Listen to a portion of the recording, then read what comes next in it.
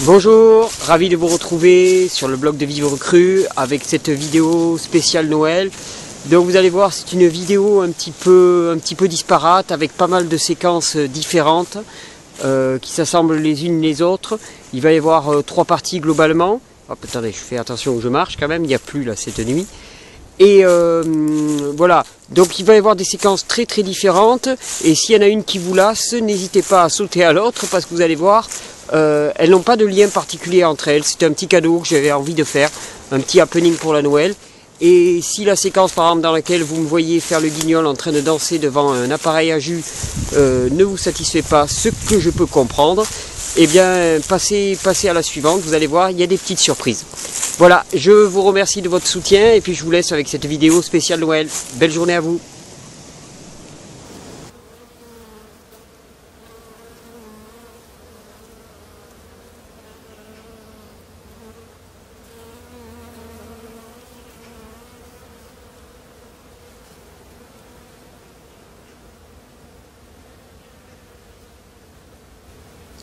Bonjour, ravi de vous retrouver avec les vidéos de Vivre Cru pour cette vidéo un petit peu spéciale Noël qui va nous accompagner la semaine de Noël. Donc voilà, symbole de Noël en pays catalan avec des magnifiques mandarines, des satsuma qui sentent merveilleusement bon. Et je pense qu'après la vidéo, il va y avoir une dégustation nécessaire. Avec ces fleurs aussi de néflier du Japon, que vous avez vu en préambule de la vidéo, butinées par les abeilles en plein hiver, en plein cœur de l'hiver. Ce néflier du Japon qui donne des fleurs avec un parfum extraordinaire. Pour moi, c'est aussi ça le symbole de Noël, c'est la lumière qui renaît au plus profond de la nuit. C'est vraiment la symbolique qu'il y a dans toute la symbolique chrétienne liée à Noël. Et c'est un petit peu ce que je voulais partager avec vous aujourd'hui avec cette vidéo. Donc cette vidéo qui va être en 2 ou 3 temps, je ne sais pas encore. Il y aura une petite vidéo, vous verrez, un petit peu amusante où je vais vous démontrer en dansant un petit peu toute l'énergie que peut donner les jus. Et puis là, pour commencer, je voulais revenir un petit peu sur une question qu'on m'a posée qui peut être vraiment très intéressante pour Noël, c'est-à-dire comment est-ce qu'on fait quand on est invité? Voilà une question qu'on m'a posée récemment. Comment est-ce qu'on fait quand on est invité par des gens et qu'on a un mode d'alimentation, un mode de vie qui est différent? Comment bien appréhender la chose? Alors, pour moi, il n'y a pas une réponse, il y en a des tas, mais la réponse essentielle, elle tient dans notre propre acceptation de notre différence, à notre propre niveau. Plus on se sentira légitime, plus on sera tranquille, et moins on se sentira coupable de faire ce que l'on fait, donc mieux on sera, entre guillemets, dans son assiette, et déjà, mieux ça passera autour de nous. Ça, c'est quelque chose qui est très important. Je me suis rendu compte que mon état intérieur déterminer énormément la réception de mon mode de vie par rapport aux autres. Si moi-même je ne suis pas en paix, si je me sens coupable, si je me sens mal, si je me sens marginal, si je me sens isolé par rapport à mon mode de vie, alors pour sûr les autres vont le sentir en moi et vont me le renvoyer comme un miroir. Parce que ça c'est quelque chose qui est quand même assez classique dans la relation, mais l'autre ne me fait que me révéler des parties de moi-même que je ne veux pas voir. Donc vraiment quand on est invité quelque part, la question à se poser c'est est-ce que je me sens bien avec ce que je fais? Si je me sens bien avec ce que je fais, alors il ne devrait pas y avoir beaucoup de problèmes. Tout va se passer avec du rire, de la décontraction, avec de l'humour aussi. Ça aide vraiment bien à faire passer les choses. Donc ça, c'est quelque chose de très important pour moi.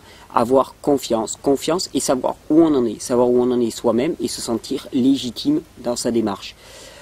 Ensuite, bon, je vous parlais de l'humour. Il y a des petites astuces qu'on peut utiliser aussi. On peut parler d'une expérience. On peut dire aux autres pour les rassurer, voilà, je fais une expérience. Et somme toute, c'est la vérité. C'est la vérité. Même moi, je suis en pleine expérimentation. Ça fait des années que j'expérimente la nourriture crue, mais c'est une expérience quand même que je fais. C'est une expérience ouverte. C'est une question ouverte. Qu'est-ce qui me fonctionnerait le mieux pour moi et pour les autres? Et donc, vous pouvez présenter ceci comme une expérience. Vous dites, voilà, je fais pendant quelque temps l'expérience de manger tout cru pour voir ce que ça fait sur moi. Et comme ça rassure tout le monde. On ne fait qu'une expérience, c'est pas très grave. On va revenir dans la sainte casserole ensuite. Il n'y a pas de problème, il n'y a aucune inquiétude. Et ça aide beaucoup à dédramatiser les choses. Je vous dis aussi de l'humour, on peut renvoyer quelque chose d'assez humoristique quand les gens demandent pourquoi est-ce qu'on fait comme ça. On peut dire que finalement on n'avait plus de gaz et qu'on s'est habitué à la chose, on ne pouvait plus cuisiner, ou que notre cuisinière est tombée en panne, ou que sais-je, on peut avoir de la répartie qui tombe. et surtout ne pas le prendre à titre personnel, ne pas bien penser que si quelqu'un nous renvoie quelque chose, c'est aussi ses peurs à cette personne qui s'exprime. Et plus on sera détendu, plus on sera souple, plus on sera joyeux, plus on sera épanoui dans notre mode de vie, et moins on sera soumis à ce genre de réaction. Autre chose aussi que j'ai beaucoup remarqué, c'est que la plupart des temps, on confond fortement le don, l'objet lui-même, la chose elle-même, et l'énergie du don. Je vais vous expliquer une petite histoire, je vais faire encore une petite parenthèse, vous allez comprendre où je veux en venir. Il y a de cela des années, dans une vie antérieure, j'étais boulanger bio itinérant. Et je me souviens avoir été dans un rassemblement de personnes, un rassemblement de type décroissant, on va dire, donc de personnes en recherche de décroissance. Et on était à peu près 150, quelque chose comme ça, donc un groupe qui s'auto-organisait, on était dans les Cosses du Quercy. Et donc j'avais la boulangerie, puisque j'avais un four à bois itinérant. Et donc avec moi, il y avait une petite équipe qui s'était formée pour faire le pain pour tout le monde, pour tout le groupe, pour les 150 personnes. Et les tensions, au fur et à mesure du séjour, avaient augmenté, parce que le bureau devait être renouvelé. Enfin voilà, il y avait des tensions internes entre les gens. L'ambiance n'était pas aussi sereine qu'elle pouvait l'être lors d'autres rassemblements. Et un jour, avec l'équipe boulanger, on a eu une idée pour essayer de créer un événement qui allait tous nous rassembler. Donc on a pétri du pain et on a fait des pains plats comme des galettes marocaines. Et au moment du repas de midi, alors que tout le monde allait en ronchonnant vers le repas de midi avec toutes ces tensions, on a fait un one-man show avec toute l'équipe de boulangerie. On est monté sur les tables et on a expliqué aux gens qu'on leur avait cuit un pain qui s'appelait le pain du partage. Et ce pain du partage avait une spécificité, c'était que premièrement, on ne pouvait pas le couper avec un couteau, il ne supportait pas la vue d'un couteau, donc il fallait le couper à la main. Et deuxièmement, qu'on ne pouvait pas s'en servir soi-même, qu'il fallait toujours en donner à l'autre, et qu'on faisait confiance en l'autre pour nous nourrir à nous en retour. Et donc on a distribué ces pains, et tout le monde a commencé à se distribuer ces pains. Donc effectivement, ça a refait revenir le dialogue, et la parole a commencé à circuler, ça s'est détendu, et ça a résolu bon nombre de choses. Mais l'anecdote, là où elle est intéressante, c'est qu'à un moment, moi j'avais un de ces pains en main, j'en coupe un morceau, et je me dirige vers une dame que j'appréciais beaucoup, avec qui j'avais eu peu d'échanges, mais que j'avais senti très présente, très intensément là, et qui m'avait beaucoup attiré. Et donc je me dirige vers elle et je lui tends un morceau de pain.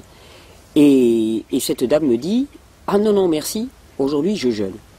Et spontanément, immédiatement, la réponse que je lui ai donnée, je lui ai dit « Mais attends, je te demande pas de le manger, je te demande de l'accepter ».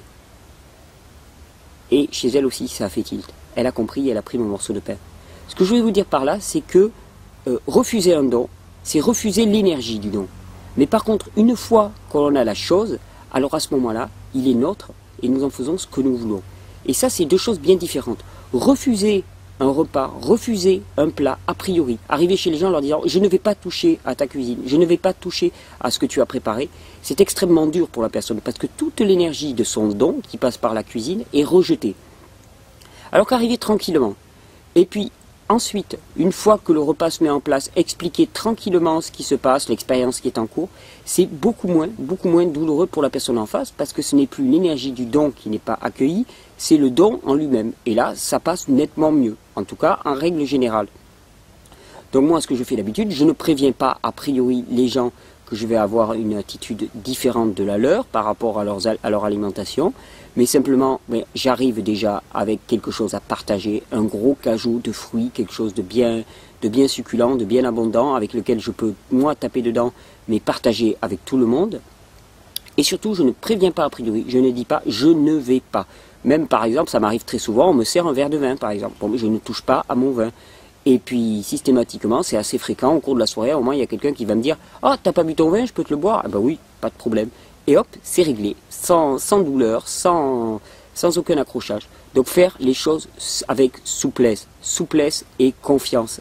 D'ailleurs, ça c'est quelque chose aussi que je voulais partager avec vous pour la Noël, une fois maintenant qu'on aura vu un petit peu comment se débrouiller les stratégies pour s'en sortir quand on est invité et pour ne pas finalement créer des situations de conflit. C'est quelque chose que je voulais partager avec vous aussi, comme pour la Noël, c'est cette histoire de souplesse, humour, confiance.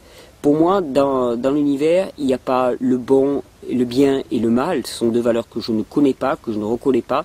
Par contre, je connais d'un côté la confiance, la souplesse, la fluidité, et de l'autre, la peur, la rigidité, le refroidissement, la cristallisation, la minéralisation des choses, le fait de bloquer les choses, de brusquer les choses.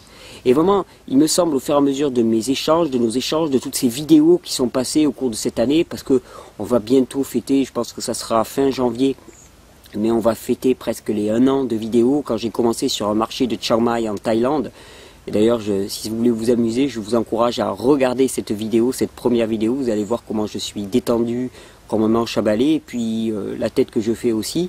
Ça vous montre aussi tout le chemin qu'on peut accomplir en 1 an. Tout est possible en 1 an. On peut vraiment se régénérer en 1 an. Et ça, je vous l'assure, si je fais le tour de tout ce qui m'est arrivé durant cette dernière année, c'est absolument ébouriffant.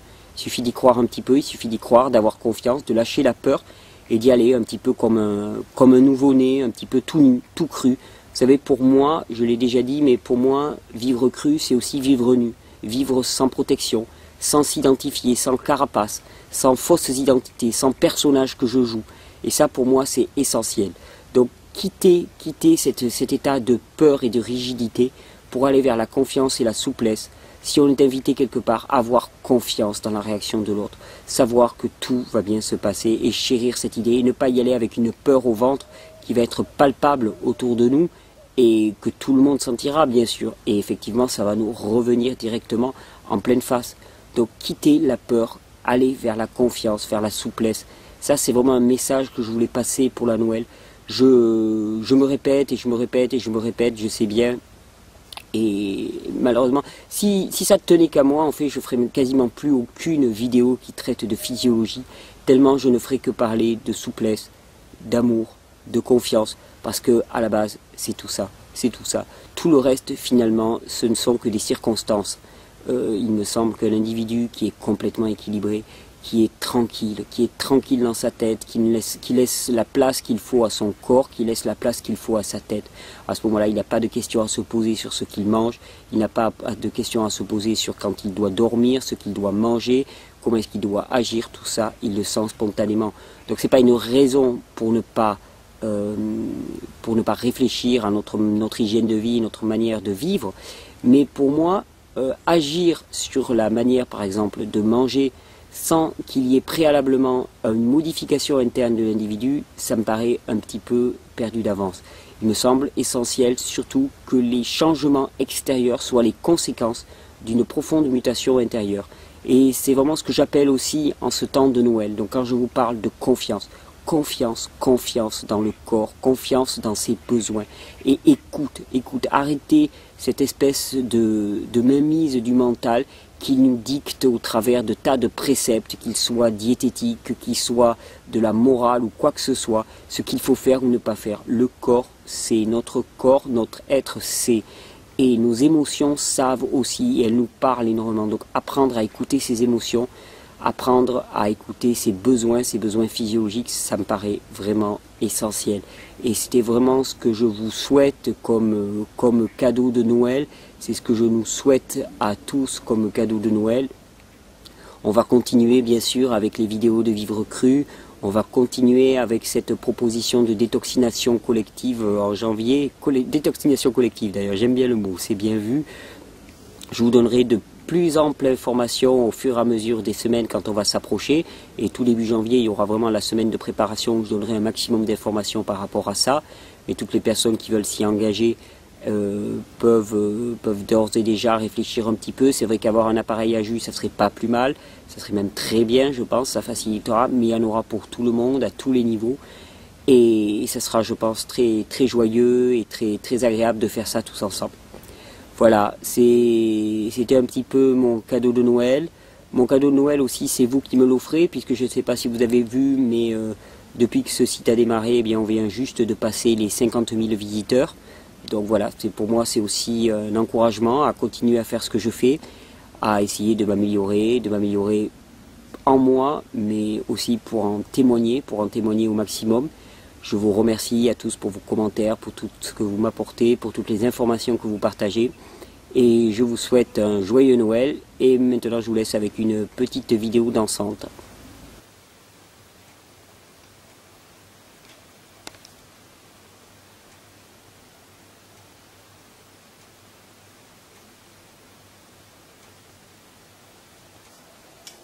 Bonjour, bienvenue, ravi de vous retrouver avec les vidéos de Vivre Cru.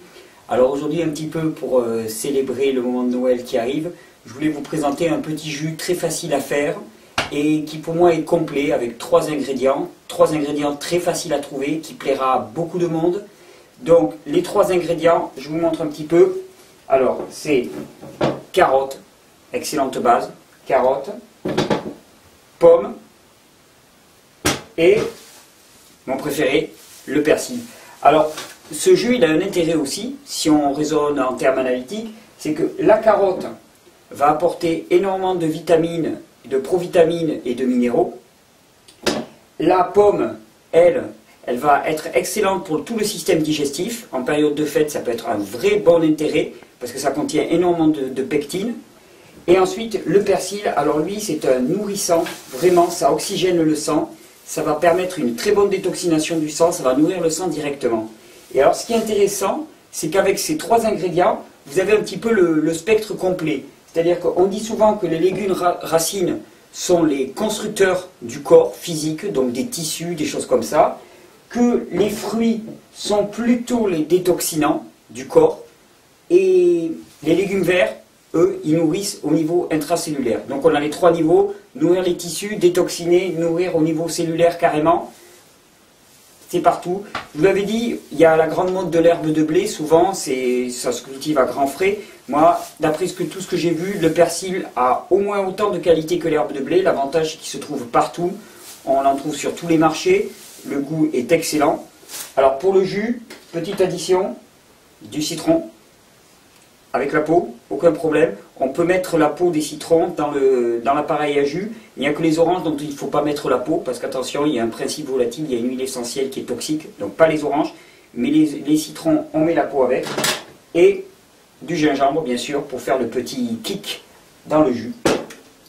Donc voilà, un jus facile à faire. Les enfants adorent aussi faire avec les carottes. Donc je vous montre un petit peu les quantités que ça va faire pour un jus. Hop. Voilà, ça, on va avoir à peu près ce qu'on va avoir pour faire ce grand jus. Donc vous voyez, ça fait un bon volume de persil. Et en carottes, bon, vous voyez de vous-même. Les pommes, petit coup, quand on les met dans le juicer, moi ce que j'aime bien faire, c'est pour les couper, je vous dis pour que ça passe tout seul. Hop, on les coupe comme ça, deux coupures comme ça, ça peut se préparer avant. Et voilà, et là on a des petits morceaux qui vont passer très bien dans l'Oméga 8004. Bon, on va s'y mettre doucement. Je vous montrerai après aussi comment est-ce que maintenant je passe les jus pour enlever le maximum de fibres. Et c'est suite à la vidéo dont je vous avais parlé un petit peu sur les fibres, le fait de passer au blender, au mixeur et ainsi de suite. Donc là maintenant je passe extrêmement bien mes jus. Donc je les passe avec un filet à maille très fine. Hein, et je me suis fabriqué un broc, là j'ai déjà commencé tout à l'heure. Donc un petit saladier avec des trous pour faire une sorte d'entonnoir. Je mets mon filtre dedans et puis je passe mon jus, je vous montrerai tout à l'heure. Et bien voilà, et bien on va être parti. J'allume la machine, j'espère que ça ne fera pas trop de bruit. Donc c'est parti, on commence à passer. Alors le bon coup aussi c'est d'alterner carottes, pommes, persil, parce que ça évite comme ça qu'il y ait trop de bourrage dans l'appareil. Donc, alors les enfants adorent faire ça. Ah oui, j'ai oublié la musique. La musique. Ah oui, parce que je vous disais tout le temps que la musique, que les jus ça donne de l'énergie, et c'est clair, moi j'aime bien me faire mes jus en écoutant de la musique. Alors là j'ai prévu une petite musique pour faire un petit truc spécial Noël, un petit happening spécial Noël. Et hop, tic, on est parti.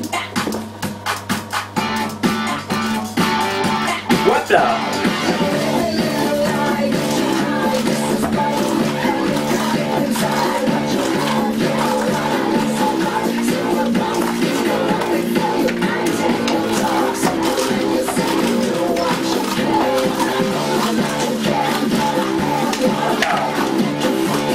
Alors là, le persil magnifique.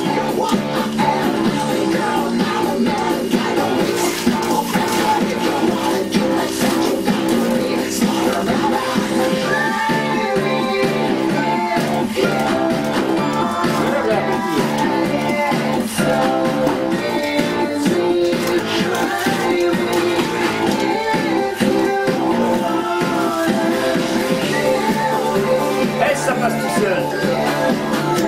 Ah, les enfants adorent avec le persil.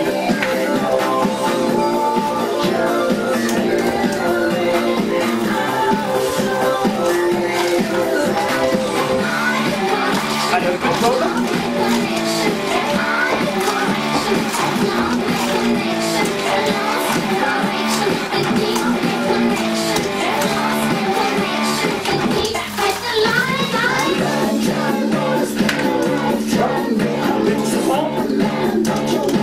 Alors le citron fabuleux, ça dissout les mucus. Ah si, il est bien rentré. Ouais.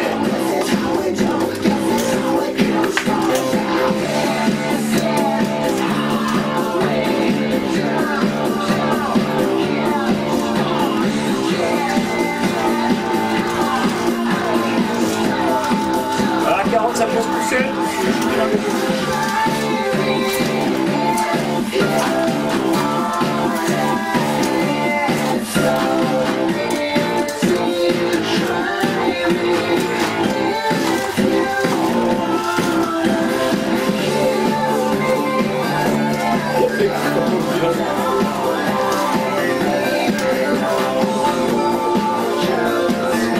Allez, petit gingembre.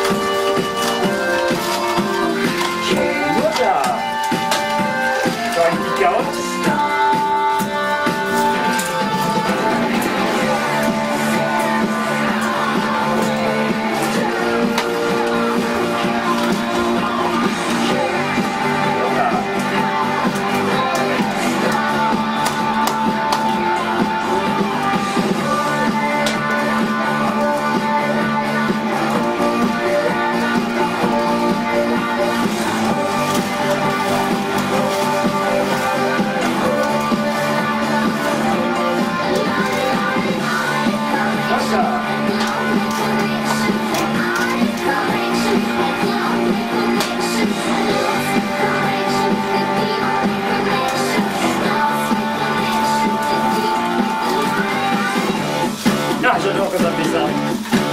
Ouais.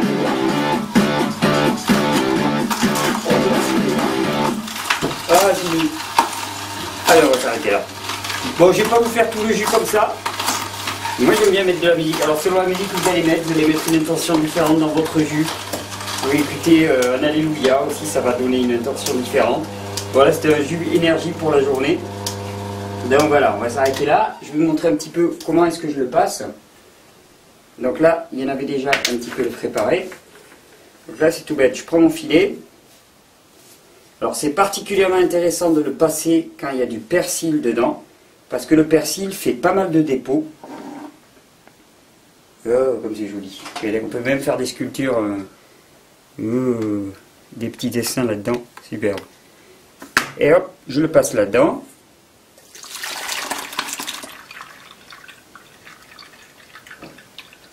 Et hop. Et donc voilà, le persil fait beaucoup de dépôts. Donc pourquoi passer? Toujours pareil, parce que quand on prend un jus, le but c'est d'avoir vraiment une nutrition directe et que ça ne passe pas par le processus digestif.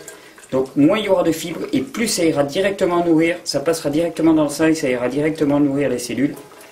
Donc voilà, je vais presser, presser, presser. C'est tout simple à faire, c'est juste un petit saladier, une petite cruche. Ces cruches là en plastique sont très très pratiques, plastique alimentaire bien sûr, et on les trouve un petit peu partout. Ya. Voilà. Bon, et avec ça là.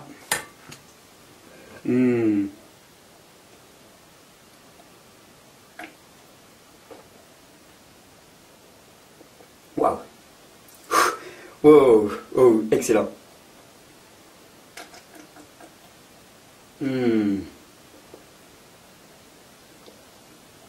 Fabuleux. Fabuleux. Ça, je vous garantis, vous le faites goûter à n'importe qui avec le citron, avec le gingembre.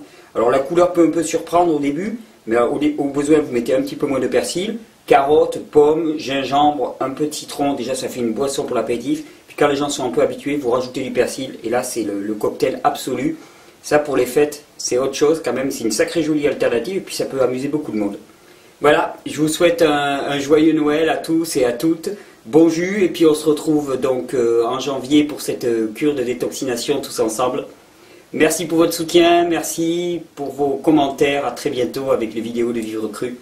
Et merci à la caméraman.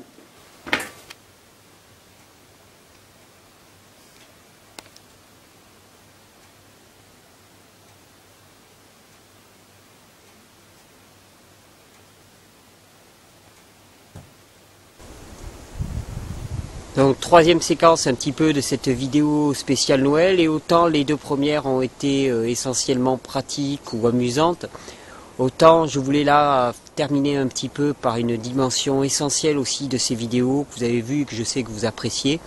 C'est la dimension de la vie intérieure, du développement intérieur, qui ne peut pas être séparée pour moi de la recherche, on va dire, extérieure et physiologique. C'est un tout.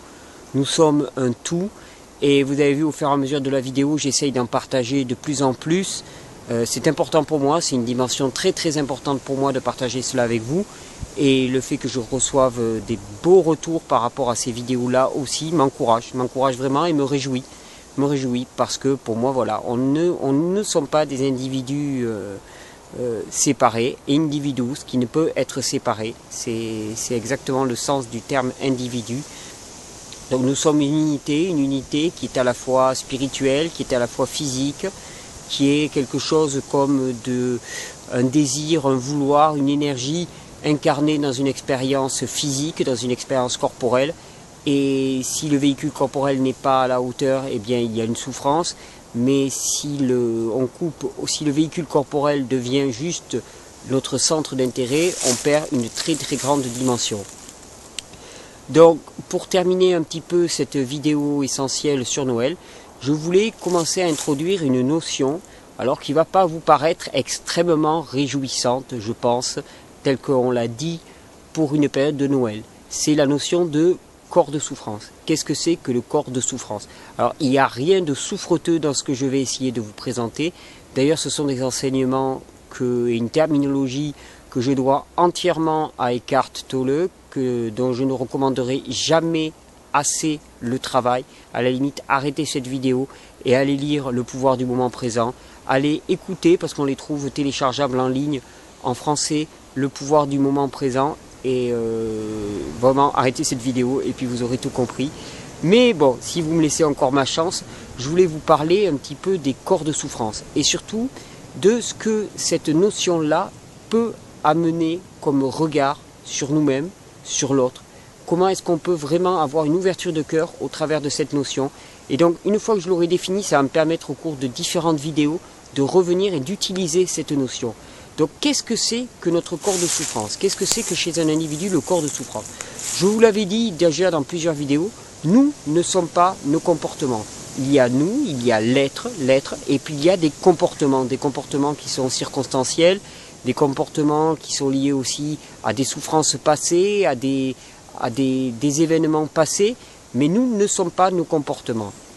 Mais de la même manière, notre corps de souffrance, on va dire que c'est l'ensemble des souffrances, des peurs et des traumatismes que nous avons traversés au cours de notre vie, qui s'accumulent dans cette chose qu'on appelle le corps de souffrance.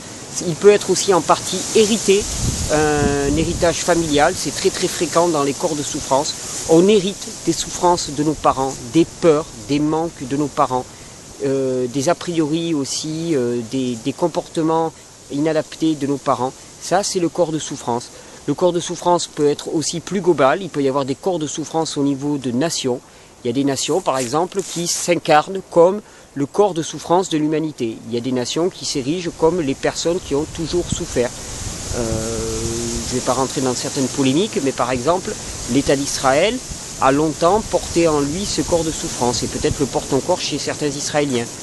Les Israéliens étaient le peuple qui avait souffert, et on ne pouvait rien faire, sortait immédiatement le corps de souffrance de l'Israël. Rien n'était possible sans évoquer ce corps de souffrance et cette souffrance de l'Israël. Donc chaque individu véhicule avec lui un corps de souffrance. Chacun de nous, nous avons un corps de souffrance et rares sont ceux qui en sont libérés réellement.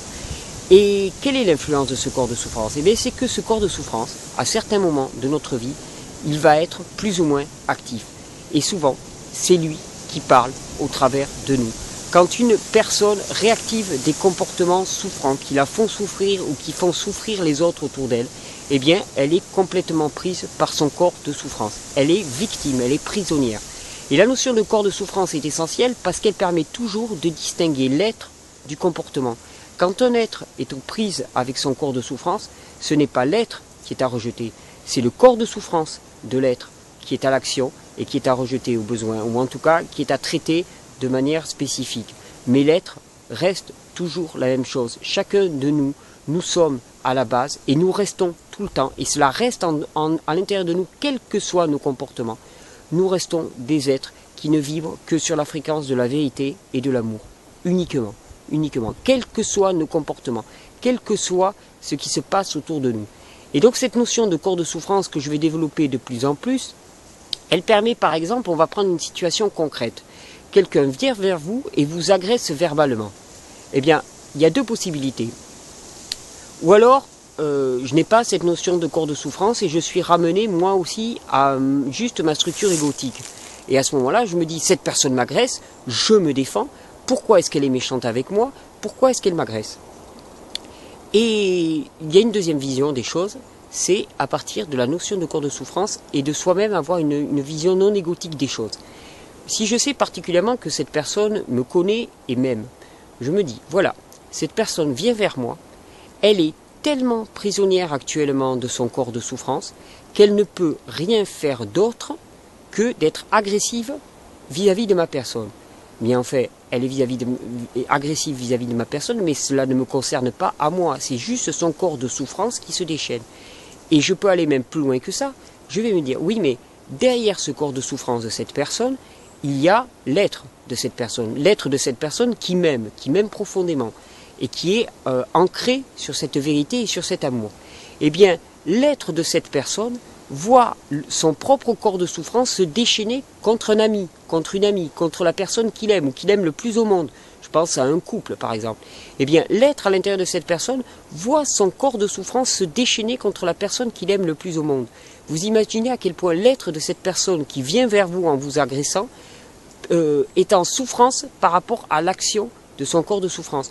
Donc la seule chose qu'il y a à faire là-dedans, c'est de rejeter le comportement, de se positionner par rapport au comportement, mais avec douceur et amour pour l'être qui se trouve derrière, pour l'individu qui se trouve derrière ce corps de souffrance.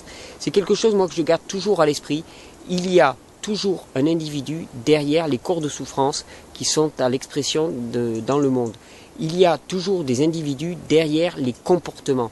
Et ça, c'est quelque chose qui est essentiel pour moi et que je voulais vraiment partager en ce temps de Noël.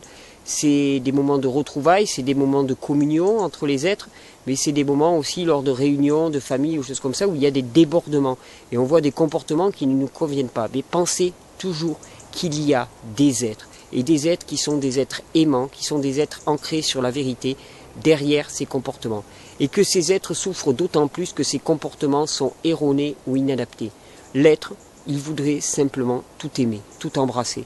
Et ça, j'en suis persuadé. Et tous nos comportements qui ne vont pas dans ce sens-là nous font souffrir notre être.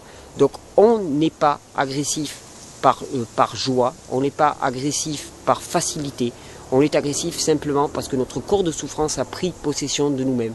Nous avons tous des corps de souffrance, ils prennent différentes expressions. Il y en a qui sont des corps de souffrance agressifs, il y en a qui sont des corps de souffrance plutôt plaintifs, de victimes. Vous voyez, moi par exemple, j'ai appris à donner des petits noms à mes corps de souffrance. Je commence à les connaître et ça me permet de les voir venir en me détachant de leur comportement. Et par exemple, il y a un corps de souffrance en moi que j'appelle Calimero. Je ne sais pas si vous connaissez, pour ceux qui ont vu le dessin animé Calimero, quand j'étais jeune, c'était un petit dessin animé dans lequel il y avait une espèce de petit poussin avec une noire, avec une coquille fêlée sur la tête. Et avec lui, la vie était vraiment trop injuste. Il était toujours en train de se plaindre, c'est vraiment trop injuste, c'est vraiment trop injuste.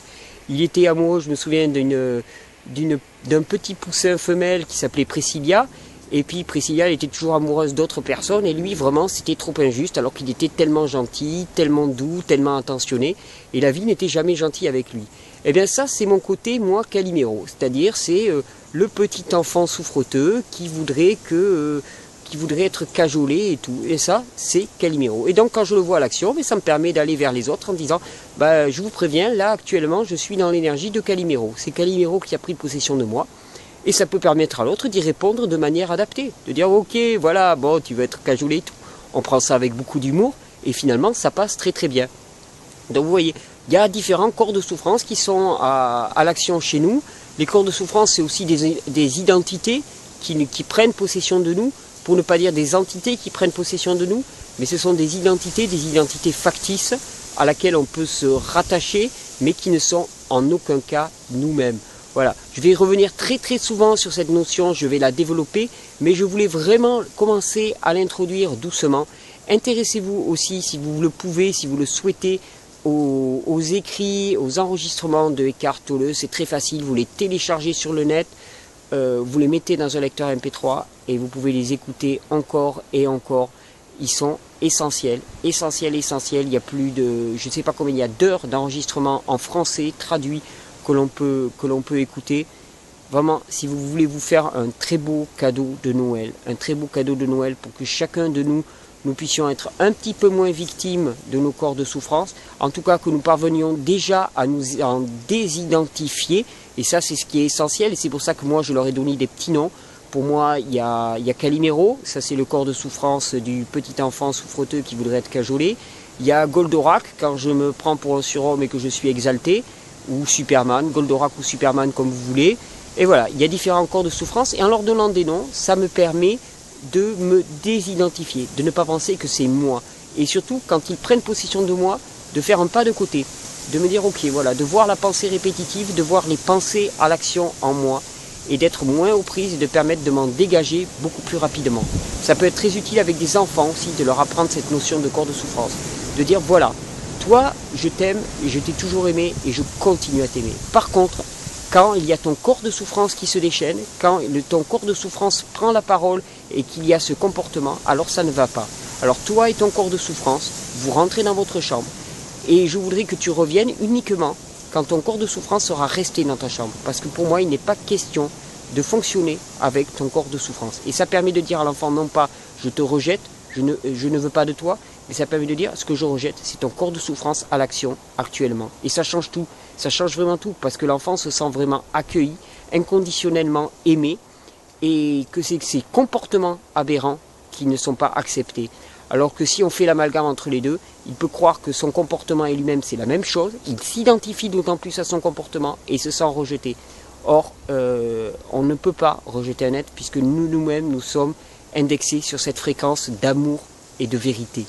Donc voilà, c'était une petite introduction à cette notion de corps de souffrance, de désidentification de nos comportements. Ça me paraît essentiel. C'était ce message que je voulais partager avec vous pour clôturer un petit peu cette vidéo fourre-tout spéciale Noël.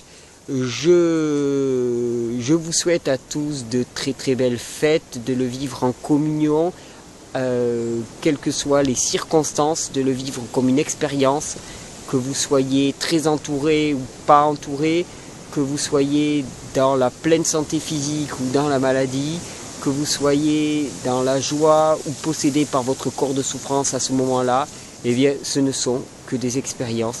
C'est l'univers qui essaye de mieux se connaître au travers d'expériences individuelles. Nous sommes chacun de nous cette expérience individuelle, mais d'un seul et même univers qui cherche toujours plus à se connaître dans une démarche d'amour. Donc voilà, nous sommes tous individuels, mais tous la même chose, qui expérimentent différentes choses. Je vous souhaite à tous de très très belles fêtes. Je pars pour ma part dans le Grand Nord pour expérimenter ce que peut être la vie polaire.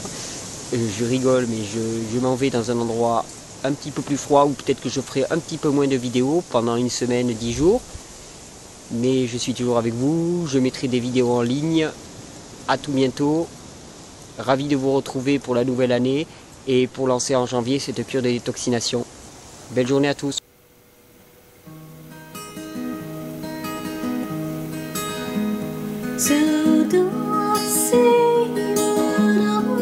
See